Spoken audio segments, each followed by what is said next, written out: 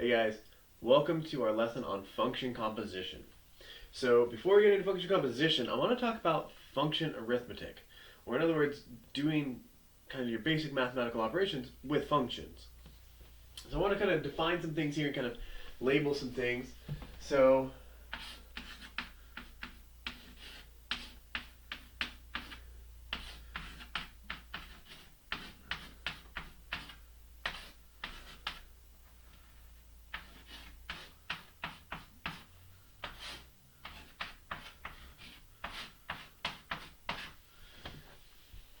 here's our four basic operations: addition, subtraction, multiplication, division. We can do that with a function, and all of these are defined as simply as you would think. F plus g of x is simply f of x plus g of x. Similarly, f of x minus g of x is how we do f minus g. Same thing with multiplication and division.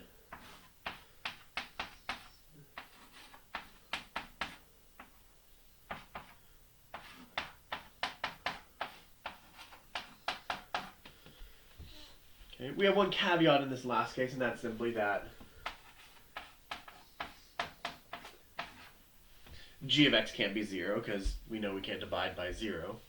So these are our basic kind of arithmetic operations with functions. We can add them together, we can subtract them, multiply them, we can do any combination of these, right? We can create big monstrous functions essentially of functions. And so we can do that. We're not going to do that here, so don't panic. But what I want to talk about is something that's unique to functions. We can't do with numbers. And that's function composition.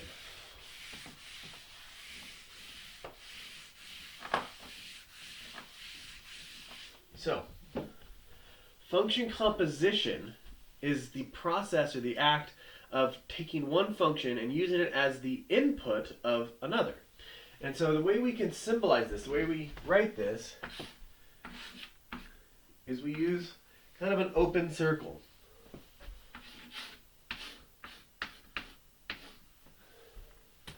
Okay, so this is the way we define function composition, or we symbolize function composition. And the way it's defined is very simply the function f evaluated at g of x. And the way we read this, the way we would say this is just f of g of x, just as we have here. So we've got kind of the composition format, composition notation, and the function notation. First thing you do,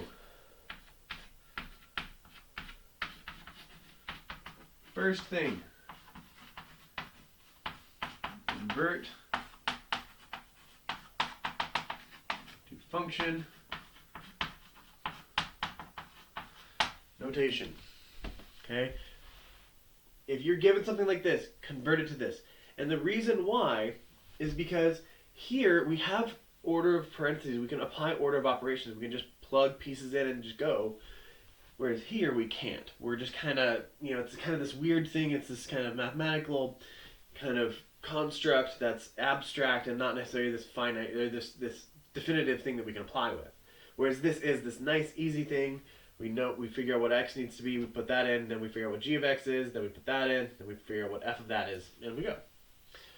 So let's do an example, okay? I want to have all my boards, so let me erase this.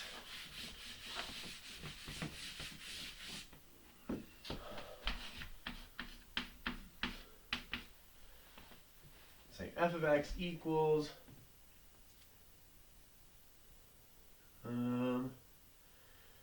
let's say 3x, and let's say g of x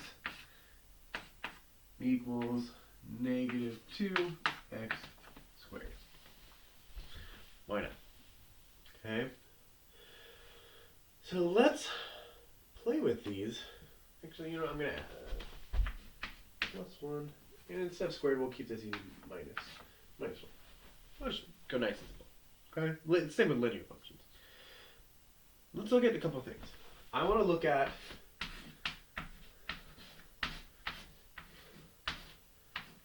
first of all, what is f of g of 2? Well, to figure this out, the first thing we want to do is we want to rewrite this composition notation into a function notation. Given as f of g of 2. So, order of operations says we work parentheses first, right? And kind of once we get inside of a set of parentheses, we restart our order of operations. If there's another set, we kind of go in there. So we start with the innermost set of parentheses, which is 2. 2 is just 2, so that's as simplified, that's as done with as we can. So 2 is 2. But can I do anything with g of 2? Right? Do I know anything about that? Well, I know what g of x is. So g of 2 is just replacing x with 2. It's just evaluating this function g when x is 2. So that means this becomes, so instead of g of 2, I can replace that with negative 2 times 2 minus 1. Or in other words, g of 2. Now I can simplify this. What's negative 2 times 2? Negative 4 minus 1, negative 5. So this becomes f of negative 5. Cool. What do I do with that? Well, that's just basic function notation that we dealt with day 1, right? I'm going to use my function f. I'm going to replace x with negative 5. So this is 3 times negative 5 plus 1. 3 times negative 5 is negative 15. We add 1 and we get negative 14. That's it. That's all it is. It's so easy. It's just this little dance, this kind of repetitive process. It's that simple. So,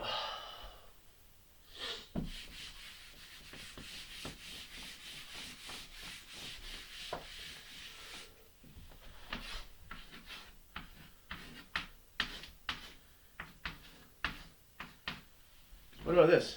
G of f of negative 2. So f of g of negative 2. Negative 2? No, 2. Sorry. F of g of 2 was negative 14. Do you think g of f of 2 is going to be negative 14? Or do you think it might be something different? Okay. Make your guess. Think. Alright. Let's find out. What's the first thing we do? That's right. We rewrite this composition notation into function notation. That gives us g of f of 2. So from here, we just work inside out, right? Inside most parentheses is 2. That's as simple as it gets. We're good. What's f of 2? Okay, so I replace f of 2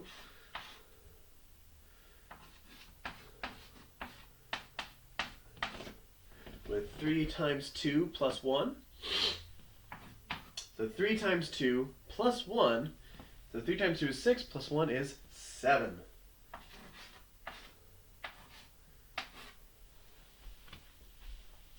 Alright, so now we're left with g of 7.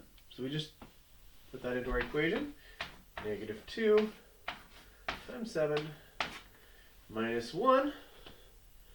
Negative 2 times 7 is negative 14, minus 1 is negative 15. So they're close, but close isn't equal, so no, these are not equal. That's a really big idea, really big fact right there. Okay?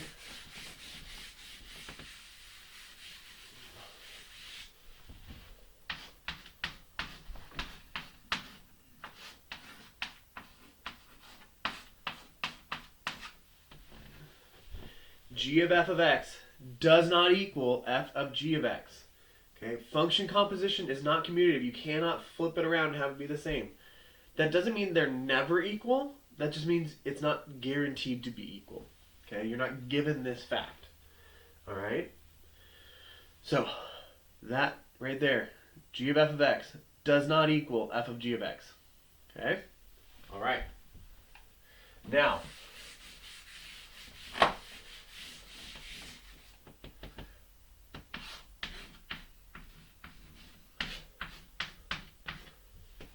let's find a symbolic form of f of g of x. So if you remember back to the 4 forms of a function, we have verbal, numerical, symbolic, and graphic. Right? These are symbolic forms of the functions f and g. I want to get a symbolic form of the function f of g of x. Okay? So to do that,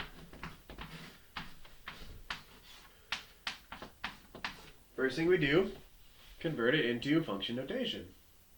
Now, going through this, we do it the exact same way we just did where we were evaluating these problems, but the difference is I don't know what x is, so x is just x. So when I replace g of x, so like before when we replaced it, we said like, oh, that was negative 2 times 2 minus 1. But we don't know what that is now. So what we get f of negative 2x minus 1. Now I can't simplify that any further, so that's just what I have. Now this is where it really relies on you to have understood function notation. Function notation, remember, this is this x in this right here, okay? It's just like a blank placeholder. It's just saying f of whatever is in here is equal to 3 times whatever was in there plus 1. So now whatever is in there is this statement. So what I get is 3 times whatever was in there plus 1. Pretty easy. So now we can simplify, right? 3 times negative 2x gives me negative 6x. 3 times negative 1 gives me negative 3 plus 1. You know, it's negative 6x minus 2. That is the symbolic formula for f of g of x. So you guys, pause the video, figure out the symbolic formula for g of f of x. Go! Alright, welcome back. I'm not going to just give you the answer because that's not always helpful. So let's do it together.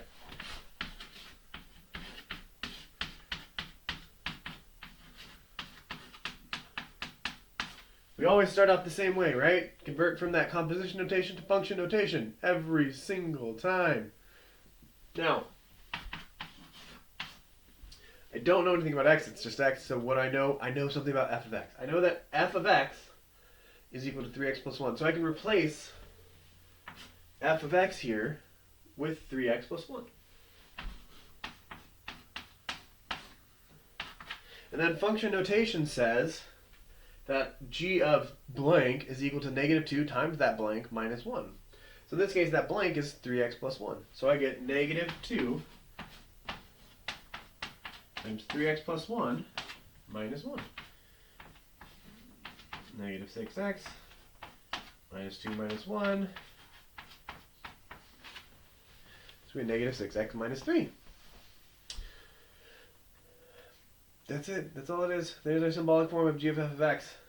Now what's cool about that is now that we have the symbolic form, we can do some fun things. Like we can be like, hey, what's g of f of 2? Oh, negative 6 times 2 is negative 12, minus 3 is negative 15. We have this nice symbolic form.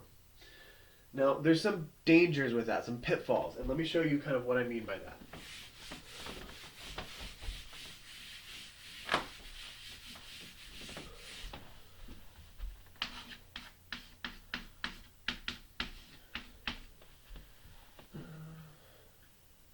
Just go simple.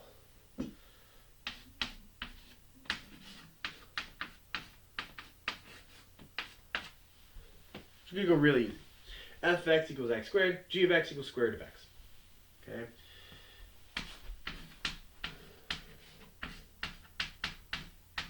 If I find a symbolic form for f of g of x, okay, well that's just f of g of x.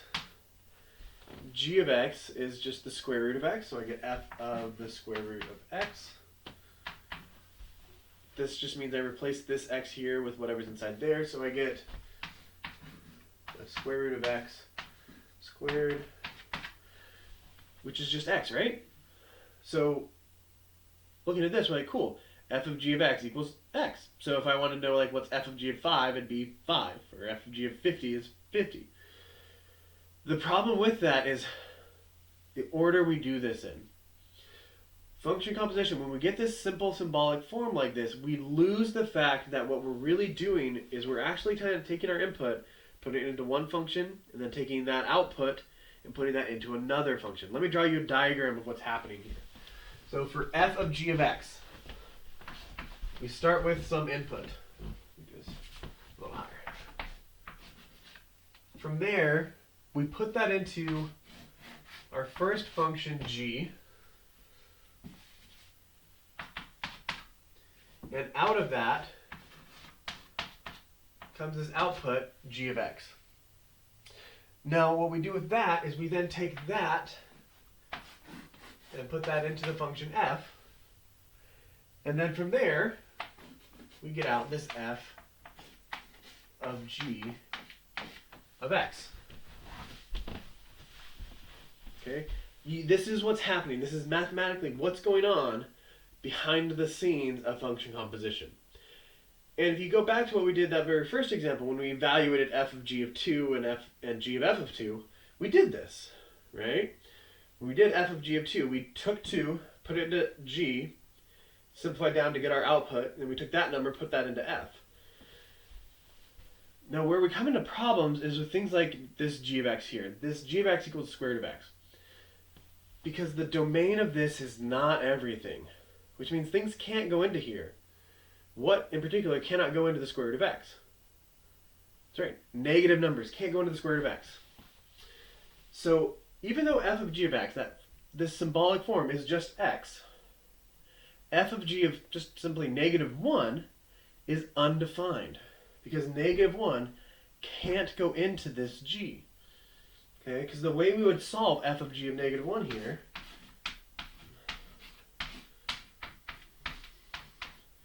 is that's f of g of negative 1.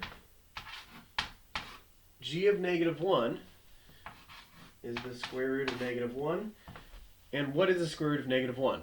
Right? Remember, we're not dealing with imaginary numbers, so it's undefined. So we would say that this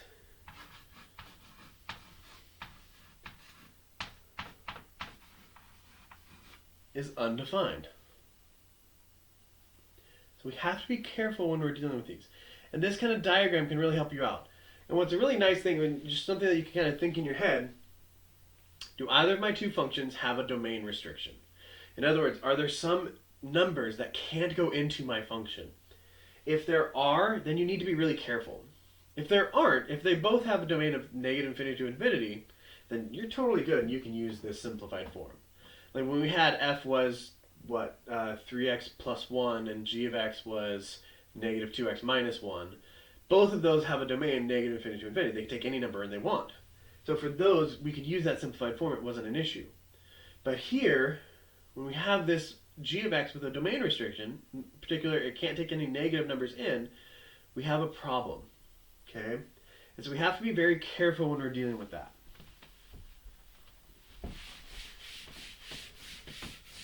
All right.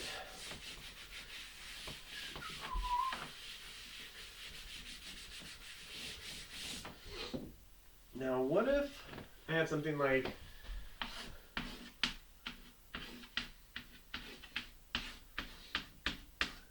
this? What in the world is this? Well, this is just expanding on function composition. I'm just composing a function with a function with a function. And this one's just the same function, so it's really easy. And all we're going to do here is this is f of x. That's it. That's all we do. So if I have that f of x equals 2x squared, and I want to know what is f of 2. Let's go with 3. I'm going to hate myself because the numbers are going to get big, but we'll deal with it. So, well, this is just f of 3. So we just work our way out. F of 3. So we have our f of f. F of 3 is just going to be 2 times 3 squared.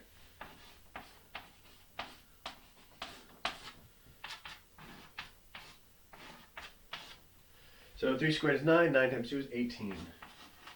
Yep, I already hit myself.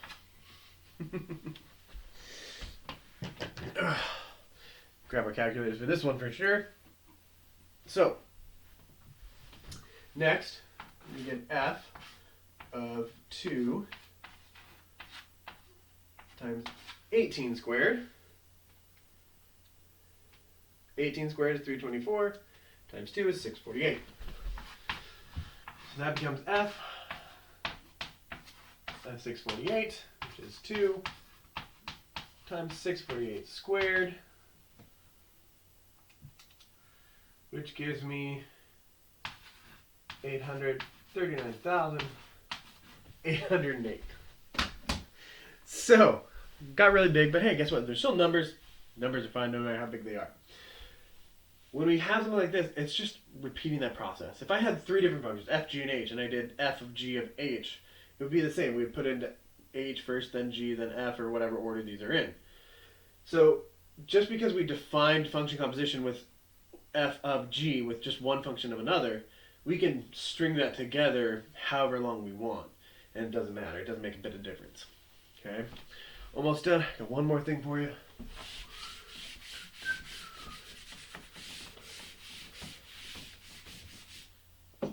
Now, in a normal term, I would go over function composition and finding domains of those compositions. But in this shortened term and in this crazy world we're in, not this time. Next time. So,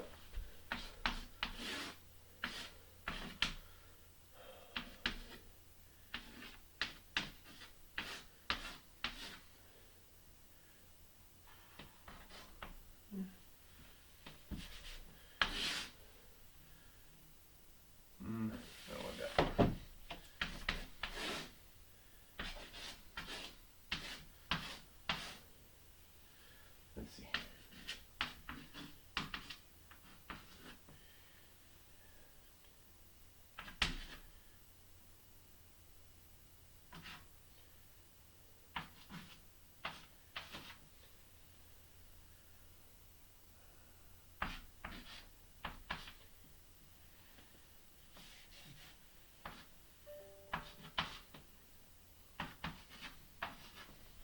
All right.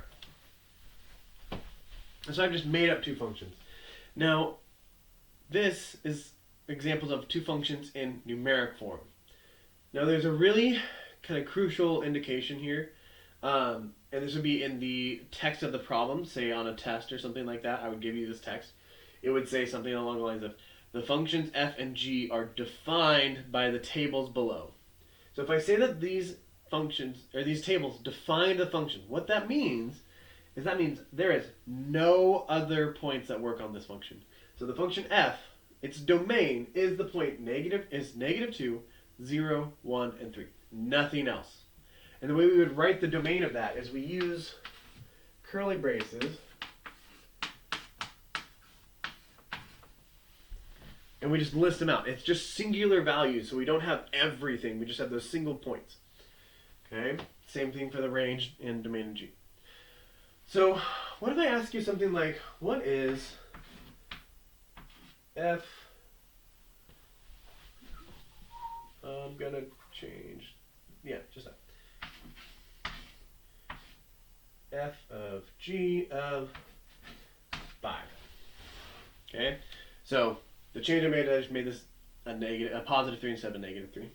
So what's f of g of 5? Well, we do this the exact same way we've done other ones in this example, in this lecture.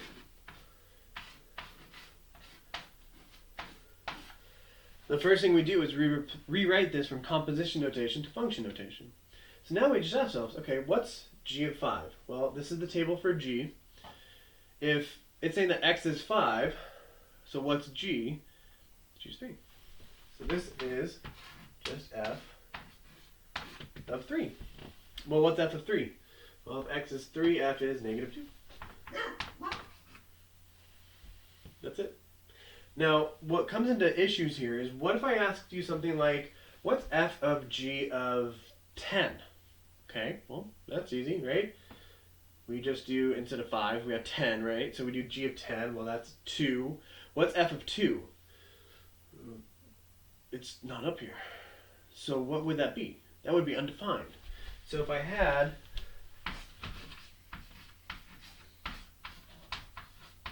f of g of 10, we would say that this is undefined. Okay? And similarly, what if I asked you something like, what's f of g of negative 2? Okay? Or f of g of 0. What if I said g of f of 0? Well, g of f of 0, that starts with f of 0, gives me 13. 13 is not here, so undefined. So when you're doing these with the tables, make sure that it goes through both parts. Really hard. Really make sure you guys get that done. That's pretty much it. That's it for you guys. Function composition is that easy. I just want you to really focus on this process of plugging these in together and this careful, kind of being careful with that. It is going to come up. We are going to use this in future examples and future lessons. So make sure you guys are focusing on how to do this.